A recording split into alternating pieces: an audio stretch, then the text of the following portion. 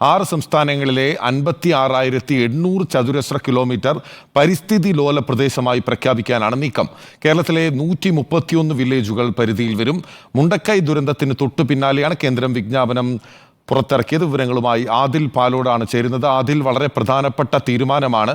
ഇപ്പോൾ മുണ്ടക്കൈ ദുരന്തത്തിന്റെ പശ്ചാത്തലത്തിൽ ഈ വിജ്ഞാപനം കേന്ദ്ര സർക്കാർ പുറത്തിറക്കുന്നു എന്നതും വളരെ പ്രധാനപ്പെട്ടതാണ്. നേരത്തെ ഈ വിജ്ഞാപനം പുറത്തിറക്കുന്നതുമായി ബന്ധപ്പെട്ട് കേരളത്തിൽ ഉൾപ്പെടെ വലിയ പ്രതിഷേധങ്ങൾ അരങ്ങേറിയിരുന്നു. എന്തൊക്കെയാണ് വിവരങ്ങൾ?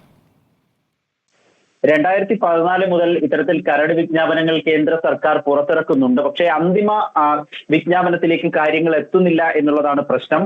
പലപ്പോഴും പലതരത്തിലുള്ള പ്രതിഷേധങ്ങളും മറ്റും കാരണം ഈ കരട് വിജ്ഞാപനത്തിൽ തട്ടി നിൽക്കുന്ന ഒരു സാഹചര്യമാണുള്ളത്. പലതവണ ഈ കരട് വിജ്ഞാപനം പുതുക്കി ഇറക്കിയിരിക്കുന്നു. ഇപ്പോൾ 5-ാം തവണ ഇപ്പോൾ കരട് വിജ്ഞാപനം പുതുക്കി ഇറക്കിയിരിക്കുന്നു എന്നുള്ളതാണ് ഏറ്റവും പ്രധാനപ്പെട്ട കാര്യം. 2022 ഇറക്കിയ കരട് വിജ്ഞാപനം 2023 ജൂലൈ ആയപ്പോഴേക്ക് 1 വർഷം കൂടി നീട്ടി നൽകിയിരുന്നു. അതിന്റെ കാലാവധി ജൂലൈയിൽ അവസാനിച്ചിരുന്നു. ആ പശ്ചാത്തലത്തിൽ കൂടിയാണ് കരട് വിജ്ഞാപനം പുതുക്കി കേന്ദ്ര സർക്കാർ ഇറക്കുന്നത്. പശ്ചിമഘട്ടത്തെ 6 സംസ്ഥാനങ്ങളിലെ 56,800 ചതുരശ്ര കിലോമീറ്റർ ഭാഗം പരിസ്ഥിതി ലോല മേഖലയായി പ്രഖ്യാപിക്കുന്ന രൂപത്തിലാണ് കരട് വിജ്ഞാപനമുള്ളത്. കേരളത്തിലെ 131 വില്ലേജുകൾ പരിധിയിലുണ്ട്. വയനാട്ടിൽ നിന്ന് ഈ അപകടമുണ്ടായ വയനാട്ടിൽ നിന്ന് 13 വില്ലേജുകളും പരിധിയിലുണ്ട് എന്നുള്ളതാണ്.